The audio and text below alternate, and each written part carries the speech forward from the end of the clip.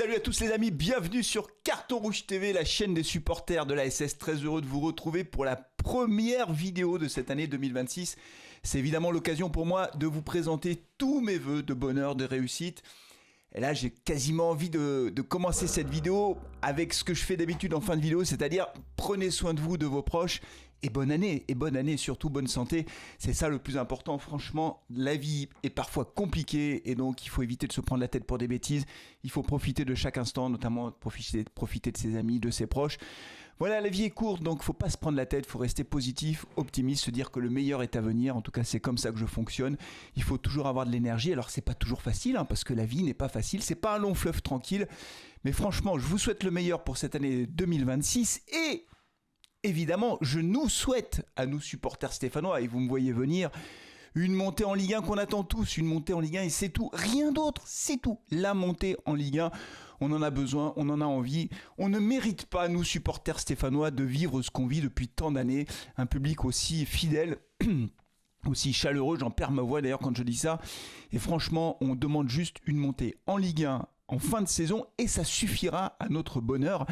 Voilà, et évidemment, alors là on va parler du match de samedi, là de demain, j'enregistre cet avant-match vendredi, donc le match de samedi soir, reprise du championnat dès le 3 janvier, il n'y a pas le temps de digérer, tu passes les fêtes de fin d'année, tu t'as à peine le temps de digérer, clac, ça y est, c'est reparti, le championnat redémarre et il redémarre avec un déplacement au Mans. Super difficile, on va en parler, mais comme c'est la première vidéo de l'année, j'ai aussi envie de faire deux autres choses. Donc ce sera une vidéo un peu plus longue que d'habitude. D'habitude, les avant-matchs sont assez courts, ça dure 7-8 minutes, 9 minutes ou 10 minutes maximum. Mais là, ça va durer un peu plus longtemps. Donc c'est aussi l'occasion pour moi de te demander de liker la vidéo, comme ça c'est fait et tu n'oublies pas de le faire. De t'abonner à la chaîne si ce n'est pas déjà fait. Et je vais parler de deux choses en plus de l'avant-match dont on parlera en troisième partie de cette vidéo. D'abord faire un bilan de l'année 2025 pour Carton Rouge TV. J'avais fait une vidéo bilan de l'année pour l'AS Saint-Etienne, une année très difficile pour 2025, mais je dirais quand même un mot sur Carton Rouge TV. Et puis après, je voudrais revenir sur la disparition de Jean-Louis Gasset. J'avais fait une vidéo, un short sur YouTube, mais je l'ai fait le jour même où on a appris son décès, mais je voudrais redire 2-3 choses sur Jean-Louis Gasset. Et puis aussi, l'actualité est parfois assez étrange, mais le lendemain de l'annonce de la disparition de Jean-Louis Gasset, on a appris la nomination de Claude Puel à Nice. Alors comment dire, Claude Puel quoi. Alors je vais pas sortir la tronçonneuse. Normalement, si je m'énerve pas tout seul, mais je dirais quand même un mot sur Claude Puel, évidemment, et après, comme promis, on parlera du match au Mans, le déplacement au Mans. Alors d'abord, les amis, cette année 2025 pour Carton Rouge, franchement, mille merci. Je sais pas quoi vous dire parce que la chaîne marche bien. On a passé les 30 000 abonnés en 2025. C'était assez super, incroyable. Franchement, c'est formidable. On a passé les 10 millions de vues depuis la création de la chaîne. Franchement, c'est super parce que sur cette chaîne, je ne parle que de l'ASS. Donc forcément, vous qui êtes supporters des Verts, pour certains d'entre vous, vous êtes là depuis le début et je vous remercie de votre fidélité. Mais j'ai évidemment pas la même envergure que d'autres youtubeurs, créateurs de contenu qui, eux, parlent de leur club de cœur, mais vont aussi commenter d'autres matchs, la Coupe d'Europe, la Coupe d'Afrique des Nations, etc. Moi, je parle que de l'ASS, avec les copains de Carton Rouge que je remercie aussi parce qu'ils sont là depuis le début aussi. Et puis, voilà, je voudrais vraiment vous remercier à la fois de votre fidélité, de votre bienveillance. Ah, il y a quelquefois des haters, mais ça fait partie du jeu, c'est pas grave. Mais pour votre grande bienveillance, votre gentillesse, tous les messages que vous postez, je les lis tous. Je réponds pas à tous parce qu'il y en a énormément. Mais je lis tous les messages et vraiment ils sont extrêmement gentils et bienveillants, donc merci à vous, merci à tous les subs de la chaîne qui soutiennent la chaîne, tous ceux qui ont fait des dons pendant les lives, on réinvestit à chaque fois pour avoir du meilleur matériel, soit dans le studio, soit ici, et donc merci à vous parce que ça nous donne la force, ça me donne la force à moi, mais pas que moi, parce que j'ai aussi la famille, Ghislaine, etc. qui est dans l'aventure de continuer, d'essayer de faire des choses nouvelles, toujours essayer d'un petit peu innover. Et en 2025, moi, je trouve qu'on a fait une chose super, en tout cas, j'y prends beaucoup de plaisir, c'est le lancement de La Voix des Verts. Eh ben oui! La Voix des Verts, c'est votre émission, vous le savez, on a fait 5 émissions, voilà, où vous intervenez, vous allez sur Discord, je vous donne la parole et on parle de la SS ensemble. C'est votre émission. C'est vrai que on a les copains de Carton Rouge qui participent au mag, voilà, vous les connaissez. Et puis moi, les lives, les avant-matchs, etc. Mais j'avais aussi envie de vous donner la parole. Et c'est vrai que cette émission, elle marche très bien, elle marche de mieux en mieux. Et je suis très content parce que c'est aussi une façon nouvelle de vous associer à Carton Rouge TV. Et encore une fois, merci à toutes et tous. Et j'espère qu'on atteindra les 35 000 abonnés cette année. Normalement, oui, mais voilà, comme ça veut dire qu'on sera quasiment en train de remplir Geoffroy Guichard. Et pour moi, ce sera génial en réalité. Et donc, 1000 merci les amis, 1000 merci, et que 2026 poursuive sur la lancée de 2025 concernant Carton Rouge TV. Un mot sur Jean-Louis Gasset. Alors, je vous l'ai dit, la disparition de Jean-Louis Gasset m'a fait beaucoup de peine. Jean-Louis Gasset, d'ailleurs, ses obsèques ont eu lieu là, je crois que c'était jeudi de mémoire, donc hier ou avant-hier, j'ai un doute. Il y avait énormément de monde, évidemment, beaucoup d'émotions. Ce qui m'a beaucoup frappé dans tous les hommages qu'on a pu entendre, lire, c'est à quel point Jean-Louis Gasset faisait l'unanimité. Et l'unanimité, pourquoi ? Par sa bienveillance, sa gentillesse, son côté humain. Un entraîneur qui savait parler aux joueurs en quelque sorte, qui savait créer une ambiance positive dans le vestiaire. Ce côté humain, il a été reconnu par tout le monde. Il a eu un parcours exceptionnel, hein. Alors bien sûr, Montpellier très longtemps, Bordeaux, l'équipe de France avec Laurent Blanc, Saint-Étienne, Marseille, sélectionneur de la Côte d'Ivoire, même si ça a été un peu compliqué. Il a un parcours incroyable, Jean-Louis Gasset. Et à chaque fois, toujours les mêmes mots, toujours les mêmes témoignages. Quelqu'un d'extrêmement attachant. Et moi, je considère, mais c'est, ceux qui me suivent depuis longtemps, vous le savez, mais moi, je suis très attaché à ça, en fait.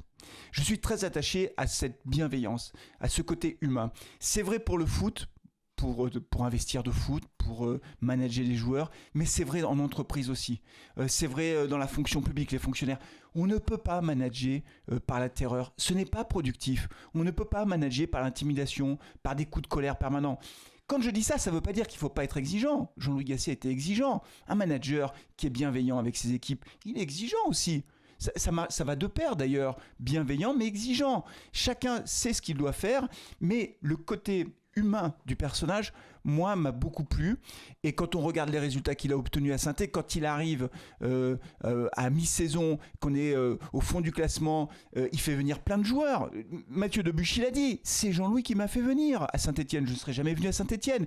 Alors c'est sûr que des Mvila, des Debuchy, etc., tous les joueurs qu'il a fait venir, qui étaient des gros salaires, dans le projet actuel, ça coche pas tout à fait avec ce qu'on voit depuis 1 an et demi. C'est pas le même projet. Oui, mais ça nous a fait terminer 7e après une demi-saison, c'est-à-dire qu'il nous a fait une demi-saison de feu, Jean-Louis Gasset, avec ses joueurs qu'il a fait venir au mercato d'hiver. Et la saison d'après, puisqu'il est resté 1 an et demi, on finit 4e. Malheureusement, la 4e place n'est pas qualificative pour la Ligue des Champions. On est aux portes de la Ligue des Champions. Ce sont les meilleurs résultats qu'on ait obtenus à Saint-Étienne depuis très longtemps. C'était exceptionnel. Donc certains à l'époque, moi je m'en souviens très bien, quand il a été limogé, quand Claude Puel est arrivé, et je vais faire le lien avec Claude Puel, vous me voyez venir, et ça y est, je change ma voix, ça prouve que je suis en train de m'énerver tout seul.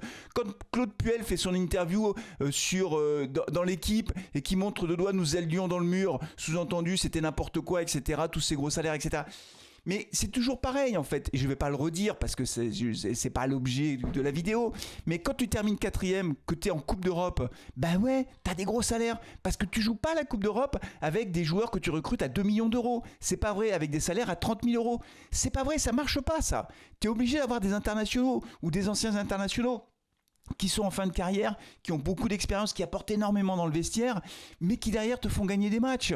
Tu ne deviens pas européen avec des joueurs que tu as recrutés 1 million d'euros dans un championnat je ne sais pas où et qui ont des petits salaires. Alors évidemment là c'est pas le projet puisqu'on est en Ligue 2 et que l'objectif c'est de remonter. Mais ce que je veux dire c'est qu'avec des joueurs comme ça, on était en Coupe d'Europe, aux portes de la Ligue des Champions. Et là du coup financièrement c'est pas la même chose parce que tu as des recettes merchandising qui augmentent, parce que tu as plus de monde au stade, parce que tu as des droits télé qui augmentent. Tout augmente en fait. Et donc les revenus supplémentaires que tu as te permettent d'absorber ta masse salariale. Et donc Jean-Louis Gasset il a fait quelque chose d'exceptionnel à Saint-Étienne en 1 an et demi. Il est parti très vite, trop vite, malheureusement. Alors après, il y a Claude Puel qui est arrivé ensuite, pas tout de suite, mais après. Et là, le choc était fort en fait, parce que tu as tout l'inverse en réalité. Tu as quelqu'un de plutôt froid. Moi, je ne le connais pas, Claude Puel, mais ce que j'ai vu de lui, de sa façon de gérer l'AS Saint-Étienne, je ne m'étais pas intéressé au parcours de Claude Puel avant qu'il n'arrive à Saint-Étienne. Bon, je savais qu'il était entraîneur, machin, Nice, voilà, en Angleterre aussi. Là, il vient d'être nommé à Nice, c'est pour ça que j'en parle. C'est que l'actualité fait que maintenant, Claude Puel retrouve les bancs d'un club de Ligue 1 qui est en difficulté. Pour lui, c'est très bien parce que c'est à côté de Monaco et je crois qu'il habitait à Turbie, je crois, et donc c'est juste à côté de chez lui. Donc pour lui, c'est l'idéal. Puel. Il était venu à Saint-Etienne pour un salaire de 225 000 euros et il expliquait que les joueurs touchaient trop d'argent. Et il était manager général, enfin il avait des pouvoirs très très étendus. Et Claude Puel a construit son projet alors qu'il a repris le club, on était en Coupe d'Europe. Hein. On est d'accord? Oui, parce qu'en fait, quand je refais l'histoire, c'est Jean-Louis Gasset arrête, Ghislain Printemps prend la suite de Jean-Louis Gasset au mois de septembre, à la reprise. Ghislain Printemps est limogé très rapidement et c'est Claudius Puel qui arrive avec son staff, etc. et qui nous explique que le club allait dans le mur, que c'était n'importe quoi. Il récupère un club européen. Il n'en fait rien en fait, Claude Puel. C'est la catastrophe. Son projet repose sur Adil Aouchiche, qui recrute au PSG pour 5 millions d'euros. Alors, il n'y a pas de transfert, mais la masse salariale d'Adil Aouchiche faisait qu'il touchait 5 millions d'euros sur la durée de son contrat. Et sur Charlaby à la pointe de l'attaque. Et Beric dehors, etc. Charlaby qui végète en national, on était européen. Et Adil Aouchiche qui je crois est en Écosse. J'espère qu'il va rebondir Adil Aouchiche parce qu'il avait du talent footballistique. Mais est-ce que c'est des joueurs sur lesquels tu t'appuies quand tu joues la Coupe d'Europe? Moi je pense que non. Et là où je lui en veux énormément à Claude Puel, c'est qu'il a complètement échoué, qu'il s'est mis tous les cadres du vestiaire à dos. Parce qu'il considérait que c'était des vieux, etc. Il les avait même pas emmenés en stage de préparation. Enfin, il a pourri l'ambiance du vestiaire. Et le crime impardonnable, je dis un crime, un crise de lèse-majesté, mais enfin, c'est une faute invraisemblable de Claude Puel. Il fait licencier Stéphane Ruffier, notre gardien, le meilleur gardien depuis peut-être Joseph-Antoine Bell, je pense en tout cas. Un gardien exceptionnel qui était aux portes de l'équipe de France. Bien sûr qu'il avait son tempérament, Stéphane Ruffier. Je pense qu'il n'était pas facile à gérer. Mais quand tu es entraîneur, tu gères les égos, mon pote. Hein, sinon, tu n'es pas entraîneur. Hein. Comment tu fais pour entraîner Barcelone, Real de Madrid, je sais pas quoi, où tu n'as que des égos dans un vestiaire? Si tu pètes la tête à tout le monde, tu te mets le vestiaire à dos, t'es mort. Donc Stéphane Ruffier, je sais pas, Galtier avait réussi à le gérer, Gasset avait réussi à le gérer. Mais non, Claude Puel, non. Il le fait licencier pour faute. Mais c'est une honte, en fait. C'est dingue, en fait. Quand je repense à ce truc-là, et moi, je lance un appel à l'AS Saint-Etienne, je sais pas s'ils regarderont cette vidéo, mais les mecs, putain, maintenant il y a des nouveaux dirigeants. Faites revenir Stéphane Ruffier à Saint-Etienne. On ne peut pas rester sur ce truc-là. Stéphane Ruffier, il faut qu'il donne le coup d'envoi d'un match à Saint-Etienne, qu'il se fasse ovationner par le stade Geoffroy Guichard après tout ce qu'il a fait pour le club. Moi, je veux revoir Stéphane Ruffier à Saint-Etienne, ne serait-ce que pour donner le coup d'envoi d'un match et qu'il fasse un tour de terrain. Pour toutes ces années, il a fait des arrêts exceptionnels, franchement. Et ça, j'en veux énormément à Claude Puel. Comment on en arrive à cette situation? C'est une honte, en fait. Ce mec est une honte. Voilà, alors, je ne sais pas ce que ça donnera à Nice, mais j'en veux énormément à Claude Puel. Je ferme la parenthèse. Je ne me suis pas trop énervé, un peu quand même, mais je suis désolé, c'est plus fort que moi. Pour qu'on enchaîne avec la troisième et dernière partie de cette vidéo. L'avant-match. Attention les amis, c'est pas de la rigolade. Attention les amis, Le Mans Saint-Etienne, samedi 20h. C'est pas de la rigolade. On redémarre, on va avoir un mois de janvier crucial. De deux choses l'une. Hein. Soit fin janvier, on a raccroché les deux premières places et on s'est remis dans le sens de la marche. Soit ça patine et là ça va devenir extrêmement compliqué. Et franchement ce match au Mans, il est très important mais très difficile. Il est très difficile pour plusieurs raisons. D'abord on a énormément de blessés, je vais en parler quand j'en parlerai de l'AS Saint-Etienne.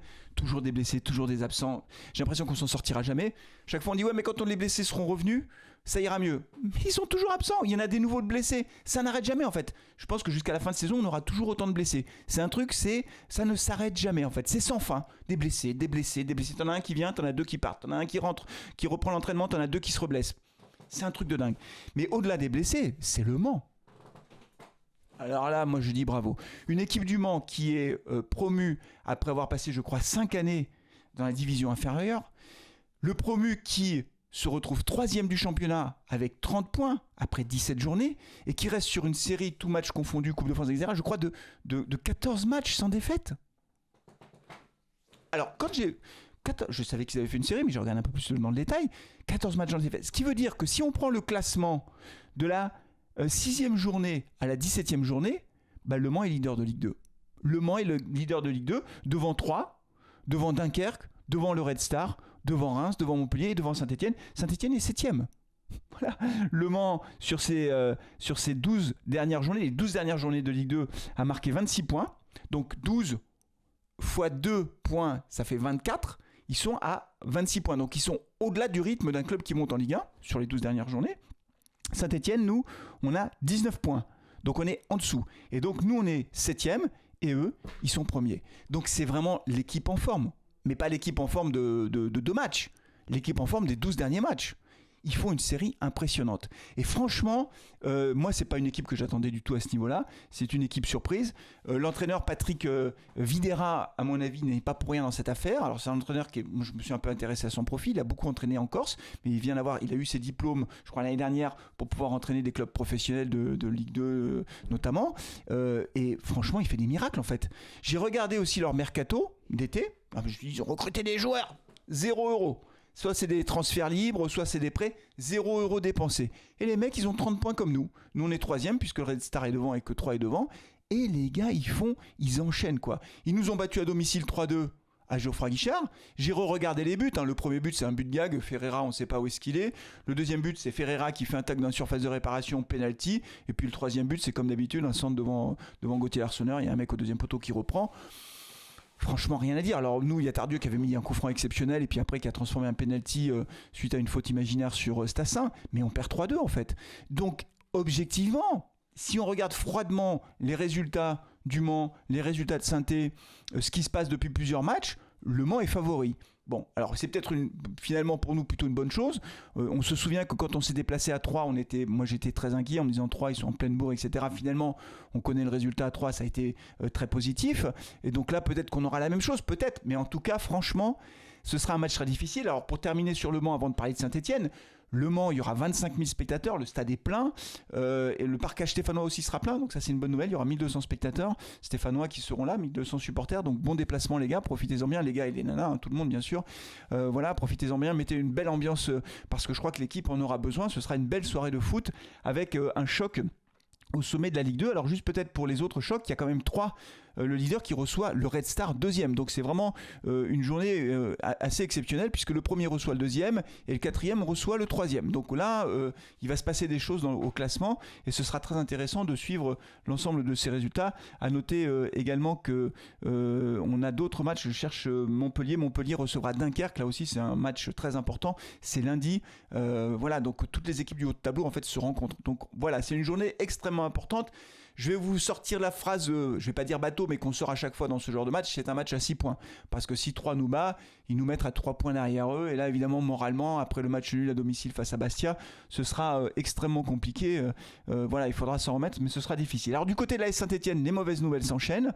Il y a eu la conférence de presse d'Éric Orneland là, qui s'est terminée à l'instant. Donc, on a des suspendus. Jabber est suspendu. Boakier est suspendu. Donc déjà, quand on dit ça, je vois un milieu de terrain avec Mouefek qui a joué normalement avec Tardieu et Miladinovic. Je pense qu'au milieu de terrain, il n'y a pas trop de surprises à attendre. David Tejvili, Stassin, Cardona, puisque, encore une fois, Boakier est suspendu. Je pense que les 3 milieux de terrain et les 3 attaquants, on les a, mais c'est défensivement qu'on a encore énormément de difficultés, puisque on a Anan qui est blessé, Ferreira qui est blessé, alors Dufus est toujours blessé, Bernauer aussi est blessé. On s'en sortira jamais. Ils sont forfaits. Donc tous ces gens-là sont forfaits pour le match hyper important au Mans. Donc défense centrale, je me lance. Pronostic de la compo. Pedro, Nadé. T'as pas pardon, il y a Lamba, pardon, excusez-moi, la bonne nouvelle quand même c'est que Chico Lamba a repris l'entraînement avec le groupe. Donc est-ce que Chico Lamba peut prétendre à une place de titulaire? J'allais dire une bêtise, vous voyez, je sais pas en fait, est-ce qu'il peut reprendre? Je pense que si le staff médical considère que c'est bon, qu'il est opérationnel, Orneland le mettra titulaire. Donc peut-être Chico Lamba, Michael Nadé en termes de défense centrale. Et après, on verra ce qui se passe. Je pense que Masson sera titulaire. Et puis après, comme Anan est blessé, Traoré, je ne sais pas si il le mettra dans le groupe. Peut-être que Apia aussi sera titulaire. Enfin, je ne sais pas comment il va bricoler sa défense. En tout cas, défensivement, on voit qu'on a des problèmes avec tous les absents que l'on a maintenant à chaque match en réalité. Donc voilà, je ne sais pas trop quoi penser de ce match. Je me dis qu'à chaque fois que j'étais très inquiet, les Verts ont réussi à s'en sortir. Donc peut-être encore cette fois-ci. Mais franchement, ce sera un match difficile. On sera ensemble pour le vivre en direct, ce match, à partir de 19h15, donc en live. Je suis très content de reprendre les lives. J'ai l'impression que j'ai arrêté les lives il y a 45 ans, tellement ça fait longtemps qu'on n'a pas fait de live. Donc soyez présents pour ceux qui ne font pas le déplacement. Je vous rappelle que vous pouvez mettre votre télévision pour regarder le match. Et puis vous êtes avec nous en direct sur Carton Rouge TV. Ça permet de passer des moments ensemble et de participer au chat, la discussion collective et on espère que les Verts vont gagner. Moi, je ne fais pas de pronostic, mais vous pouvez en faire. Vous mettez votre pronostic dans les commentaires de cette vidéo. On se retrouve samedi soir, 19h15. D'ici là, prenez soin de vous, de vos proches et bonne année 2026. Allez les Verts, ciao.